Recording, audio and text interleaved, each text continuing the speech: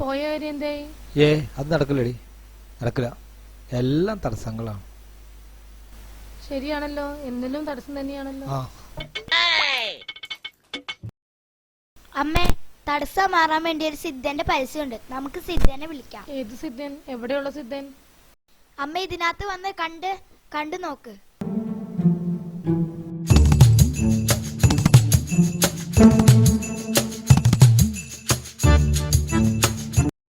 അത് ഏത് സിദ്ധനാടി? നമ്പറുണ്ട്, ഞാൻ നമ്പറിലൊന്ന് വിളിച്ചു നോക്ക്.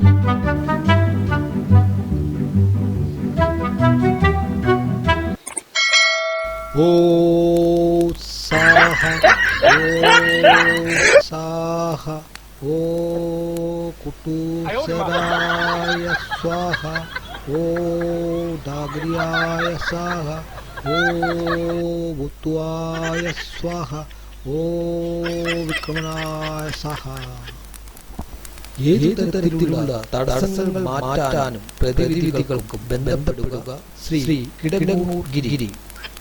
നമ്പറിൽ ശ്രീ കിടങ്ങൂർ ഗിരിയെ വിളിക്കൂ. തടസ്സങ്ങൾ മാറ്റൂ. വീട്ടിൽ വന്ന പൂച്ചയും വീട്ടിൽ വരാത്ത പൂച്ചയും. ദക്ഷിണകൾ കൂടുന്തോറും പൂജകൾ കൂടും, തടസ്സങ്ങൾ കുറയും എന്നത് ശ്രീ കിടങ്ങൂർ ഗിരിയുടെ വചനങ്ങളാണ്.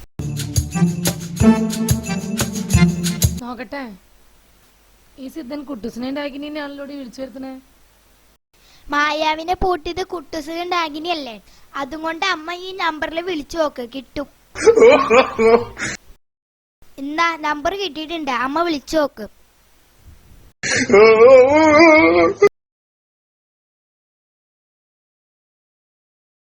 ഹലോ, ഫോണിലൊക്കെ പരസ്യം കണ്ട സിദ്ധനല്ലേ? അതെ, കിടവൂർ ഗിരിയാണ്, പറഞ്ഞോളൂ.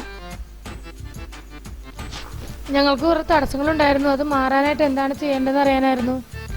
തടസ്സങ്ങൾ മാറാൻ വീട്ടിൽ വന്ന പൂജയും വീട്ടിൽ വരാതെയുള്ള പൂജയുമുണ്ട്. ഭവതിക്ക് ഏത് പൂജയാണ് വേണ്ടത് എന്ന് വെച്ചാൽ തിരഞ്ഞെടുക്കാം. വീട്ടിൽ വന്ന പൂജയ്ക്ക് ദക്ഷിണകൾ കൂടും. ദക്ഷിണകൾ കൂടും തോറും തടസ്സങ്ങൾ കുറയും എന്നത് കിടവൂർ ഗിരിയുടെ വചനങ്ങളാണ്. ഭവതിയുടെ ഇഷ്ടം ഏതാണോ അത് നിങ്ങൾക്ക് തിരഞ്ഞെടുക്കാവുന്നതാണ്. ലിസ്റ്റൊക്കെ മേടിച്ചു വെക്കേ. തടസ്സങ്ങൾ എളുപ്പം മാറാൻ വീട്ടിൽ വന്ന പൂജയാണ് നല്ലത്. ശരി. അടുത്ത ദിവസം വരുമോ?